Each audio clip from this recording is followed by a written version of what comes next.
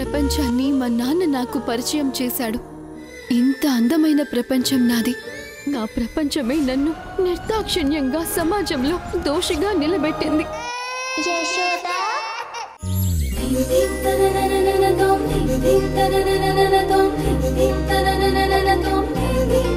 Event వాళ్ళు ఎవరో తెలుసుకుంటే పిల్లాపి ప్లాన్ ఎలా చేస్తాం?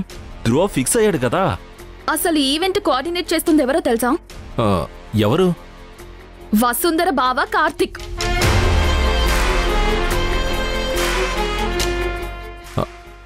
అప్పుడే ఇన్ఫర్మేషన్ లాగేసావా? నేను నీలా టైం వేస్ట్ చేయను. నేను మరీ టైం వేస్ట్ చేయడం లేదు. చుట్టూ ఏం జరుగుతున్నాయో ఓ కన్నేస్తున్నాను. నీకు షాకింగ్ న్యూస్ చెప్పనా? ఏంటది? గ్రీష్మ సూసైడ్ అటెంప్ట్ చేసుకుంది.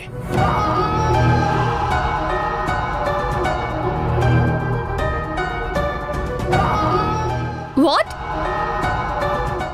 ఎస్, చెయ్యి కోసుకొని ఆత్మహత్య చేసుకోవాలనుకుంది.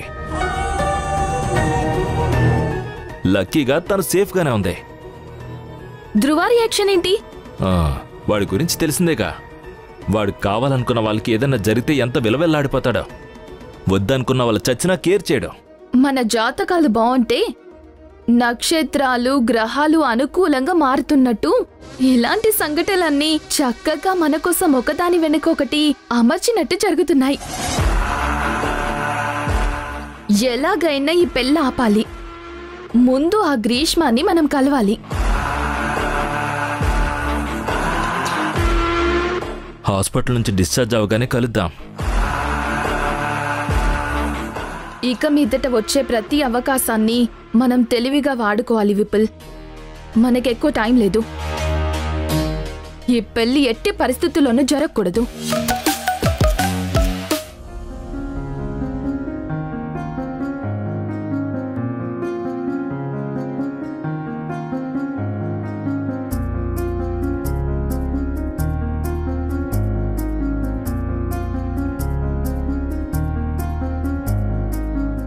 ఒక్క మాట అడుగుతాను చెప్పు. పొరపాటున గ్రీష్మకి ఏదన్నా అయ్యి రాజు అంకుల్ నా కాలర్ పట్టుకుని తిడితే నువ్వు నా పక్కన నించుంటావా, ఆయన పక్కన నించుంటావా? నిన్ను గ్రీష్మ చూస్తే ఇబ్బంది. నువ్వెళ్ళు.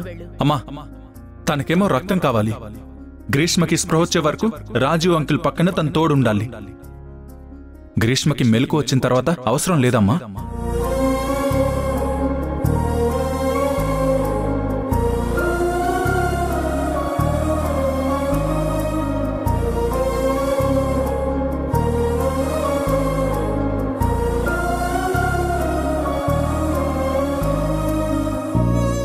ధ్రువ సార్ ఇంటికి వెళ్ళిపోయి ఉంటారా?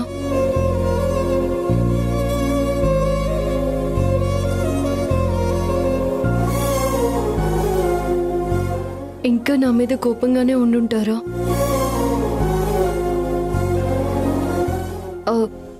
కాల్ చేసి మాట్లాడినా? ఒకవేళ కోపంగా మాట్లాడితే?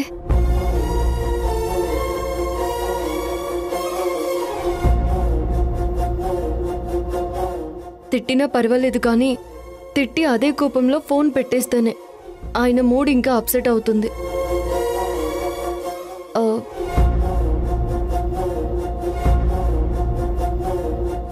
మల్లిక మేడం ధ్రువ సార్ మీద చేయి చేసుకున్నారు. తర్వాత నేను కూడా అలా మాట్లాడకుండా ఉండాల్సింది. ఇతన్నెక్కడో చూశానే. Dhruva Pratap, PP group of companies vice chairman. ఇతను నాకు బాగా తెలుసులే. నాకు క్లోజ్ ఫ్రెండే.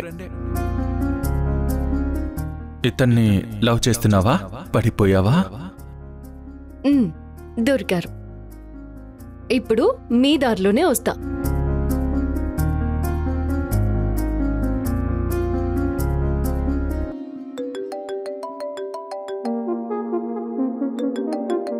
ఈ టైంలో ఫోన్ చేస్తుందేంటి? హాస్పిటల్లో జరిగిన దానికి సారీ చెప్పడానికి అయి ఉంటుంది. నేను లిఫ్ట్ చేయను.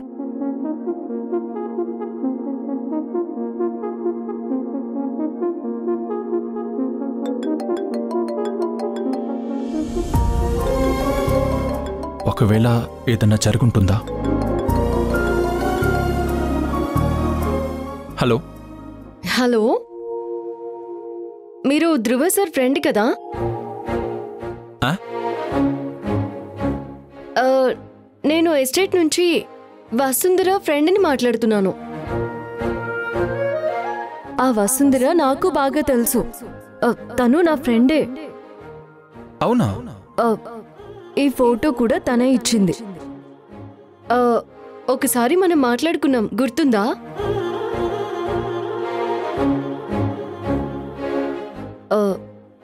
హలో, నేను గుర్తున్నానా?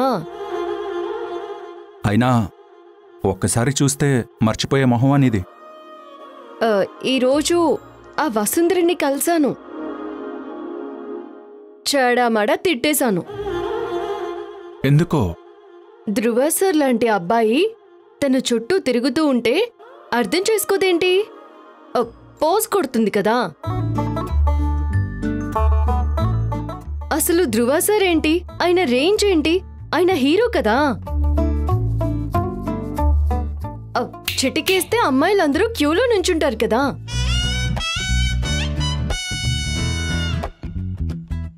వాళ్ళందర్నీ కాదని ఈ వసుంధర చుట్టే తిరుగుతూ ఉంటే పెద్ద పోజ్ కొడుతుంది కదా. కదా, చాలా. అయినా వసుంధర్ని కాదులేండి, మీ ధ్రువ సార్నే తిట్టాలి. ఎందుకు తిట్టడం? అంత ప్రేమ చూపిస్తున్నందుకు. హాస్పిటల్లో తను తిట్టిన వాటర్ బాటిల్ ఇచ్చి వెళ్లారు కదా. అంత కోపంలో కూడా తను ఒంటరిగా వెళుతుందా, ఎలా వెళుతుంది అని కనుక్కున్నారు కదా. అంతా బాగున్నప్పుడు ఎవరైనా ప్రేమను చూపిస్తారు. ఒక్క ధ్రువ సార్ మాత్రమే కోపంలో కూడా ప్రేమను చూపిస్తారు.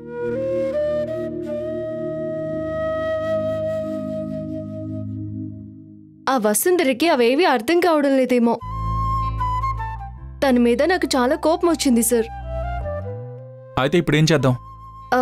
ఆ వసుంధరని మర్చిపోయి తన ఫ్రెండ్ని పెళ్లి చేసుకోమని ధ్రువ సార్కి చెప్పండి.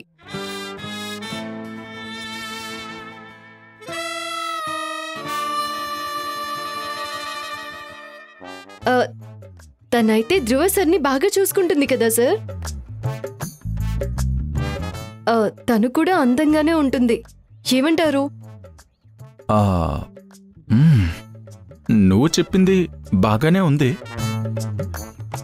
కానీ ధ్రువ మనసులో వసుంధర ఎంత బలంగా ఉండిపోయిందంటే సరదా కూడా వసుంధరని వదిలేయాలంటే మనసు ఒప్పుకోవడం లేదు.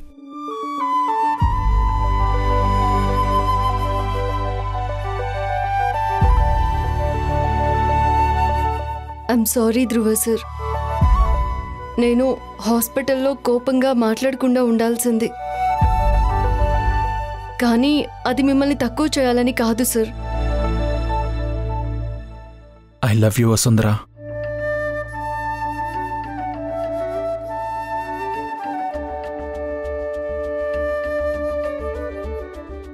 ఏ రోజు అమ్మ నన్ను కొట్టింది, నీకు నన్ను తిట్టే హక్కుంది. అవసరమైతే కొట్టే హక్కు కూడా ఉంది.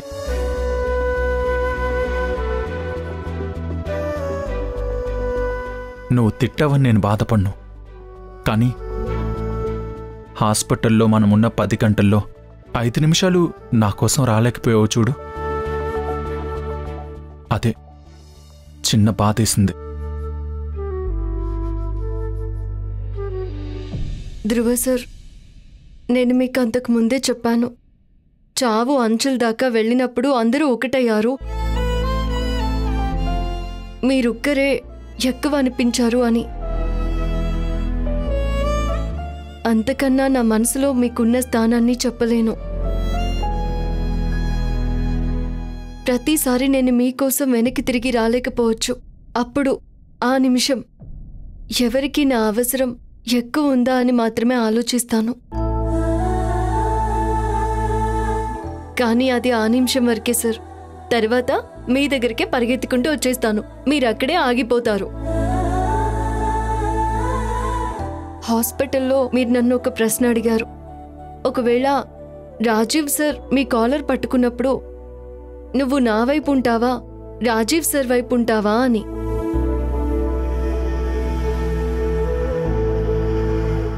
బహుశా నేను రాజీవ్ సార్ వైపే ఉంటాను సార్.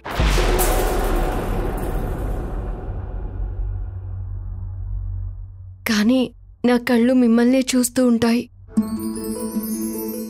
నా మనసు ధ్రువ సార్ని ఇందులో నుంచి ఎలా బయటికి తీసుకురావాలా అని ఆలోచిస్తుంది. ఇది మీరు అర్థం చేసుకుంటే చాలు. థ్యాంక్స్ వసుంధరా. ఇప్పుడు నా మనసు చాలా తేలికైంది. మనసు తేలికగా ఉంటే బానే ఉంటుంది సార్, కడుపు కాదు. కడుపులో ఏమీ లేకపోతే రాత్రిపూట సరిగా నిద్ర పట్టదు. వెళ్ళి భోంచేయండి. అలానే మల్లిక మేడంకి కూడా పెట్టండి. అమ్మ హెడేక్గా ఉందని టాబ్లెట్ వేసుకుని పడుకుంది. డిస్టర్బ్ చేయొద్దని చెప్పింది. రేపు మార్నింగ్ తనకు పెడతానులే. సార్, నేను మీకు కంపెనీ ఇస్తాను, పదండి. నాకు కంపెనీ ఎలా ఇస్తావు? మీరు వెళ్ళి టేబుల్ మీద ఏమేమి ఉన్నాయో నాకు చెప్పండి. సరే, అలాగే వెళ్తున్నా.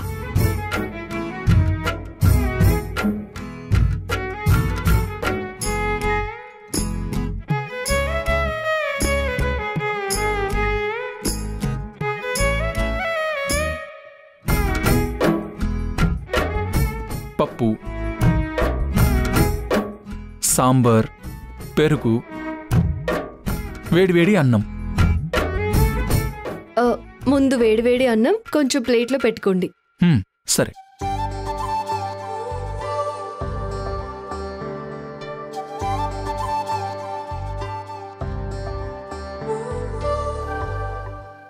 ఆ తర్వాత టమాటో పప్పు వేసుకోండి. టమాటో పప్పు. అందులో కొంచెం నెయ్యి వేస్తే అబ్బా స్వర్గం.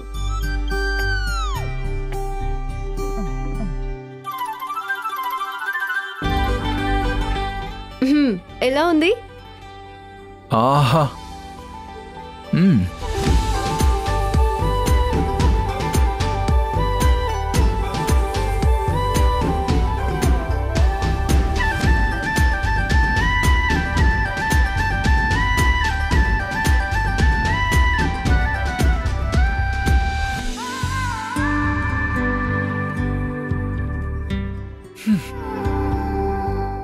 అయిపోయింది. అయిపోయిందంటే ఎలా? ఎన్ని తిన్నా పెరిగన్నం తినకపోతే తిన్న ఫీలింగే ఉండదు. కొంచెం పెరిగన్నం తినండి. పెరుగన్నమా? కొంచెం. సరే.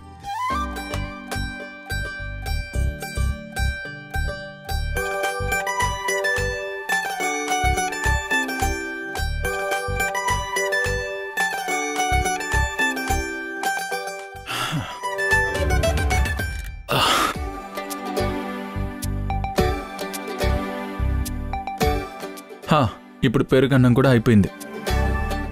వసుంధరా, ఈరోజు ఎక్కువ పెట్టేశావు. ఇప్పుడు వెళ్ళి ప్రశాంతంగా పడుకోండి.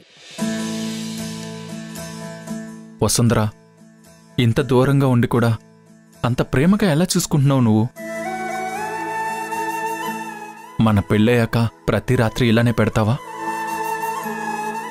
అప్పుడు నేను లావైపోతానేమో. Good night sir. Good night Vasundhara. ఇంకా 2 వారాలు తర్వాత ఎప్పటికీ నువ్వు నాతోనే ఉంటావు. నాకు చాలా ఎక్సైటింగ్గా ఉంది. నువ్విచ్చే ప్రతి జ్ఞాపకం నాకు కొత్తగా అనిపిస్తుంది. Thank you Vasundhara. Good night and sweet dreams.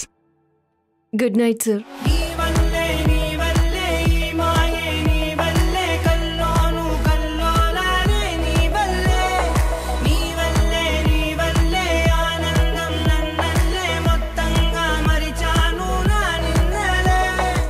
ఇతన్ని లవ్ చేస్తున్నావా? పడిపోయావా?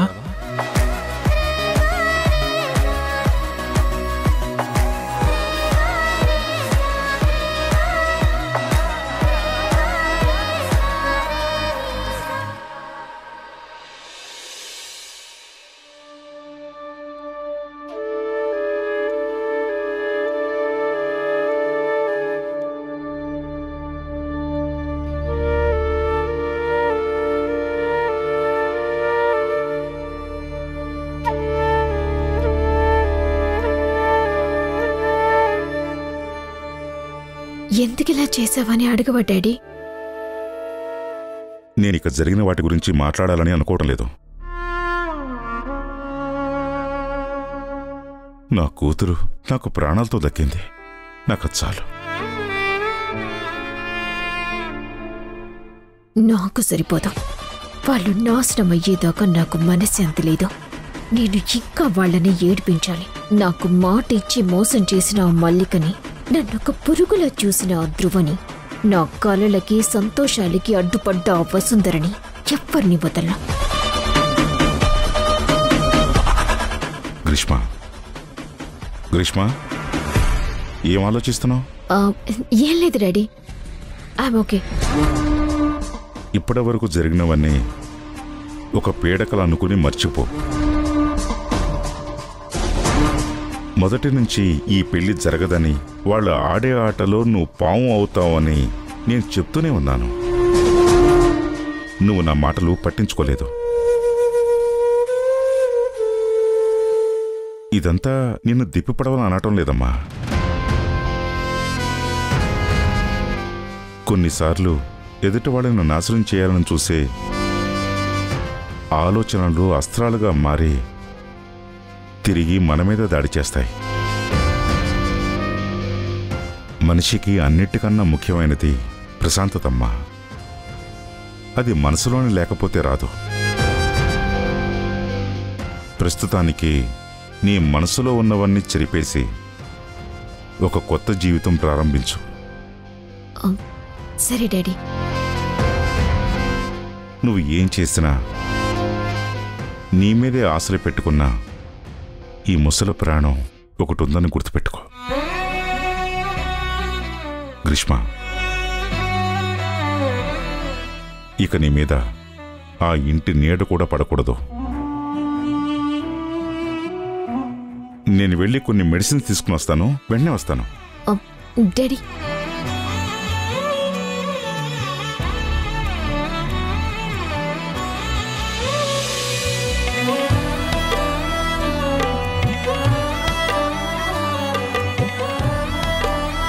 I promise you daddy. ఇంకా నేను అలాంటి పిచ్చి పనులు మళ్ళీ చేయను. మీరు వెళ్ళి రండి.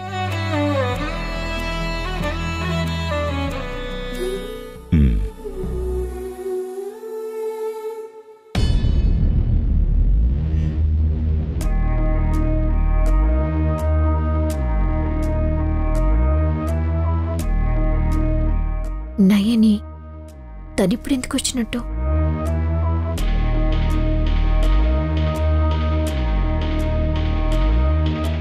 Hi Greeshma. Hello uncle. Hi. Hi. ఎవరు? Greeshma friends uncle. చూసి వెళ్దామని వచ్చాం. ఓ, కూర్చోండమ్మా. థ్యాంక్ఫుల్లీ మీరు వచ్చారు. నేను కొన్ని మెడిసిన్స్ తీసుకుని రావాలి. నేను వచ్చే వరకు మీరు గ్రీష్మతో ఉంటారా? తప్పకుండా అంకుల్, మీరు వెళ్ళరండి.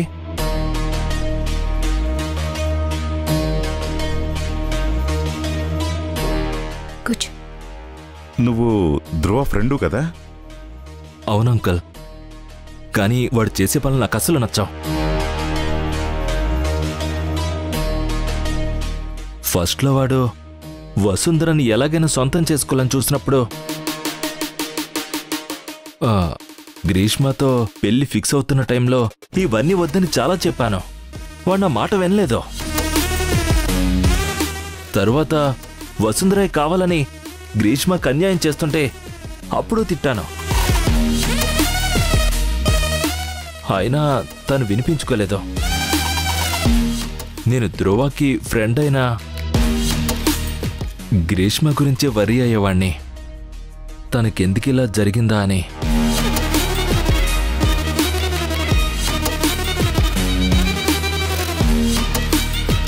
ఇప్పుడు తనకి ఎలా ఉందని చూసి వెళ్దామని వచ్చాను అంకుల్. మీ కన్సర్న్కి థ్యాంక్స్. కానీ ప్రస్తుతానికి ఆ టాపిక్స్ గ్రీష్మ దగ్గర ప్రస్తావించొద్దు. Thank you. ఈ టైంలో మీలాంటి ఫ్రెండ్స్ పక్కన ఉండటం చాలా ముఖ్యం.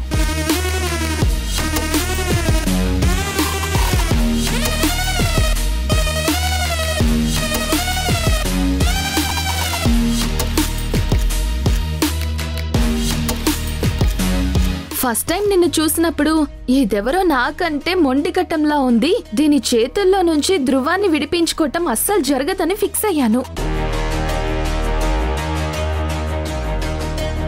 అందుకే తర్వాత నిన్నెప్పుడు డిస్టర్బ్ చేయలేదు.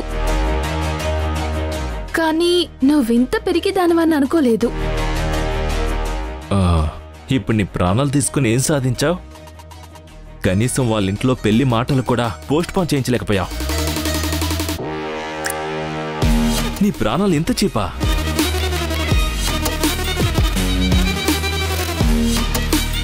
మనం కావాలనుకున్నది ఎలాగైనా దక్కించుకోవాలి, లేదంటే అది ఇంకెవ్వరికి దక్కకుండా చేయాలి.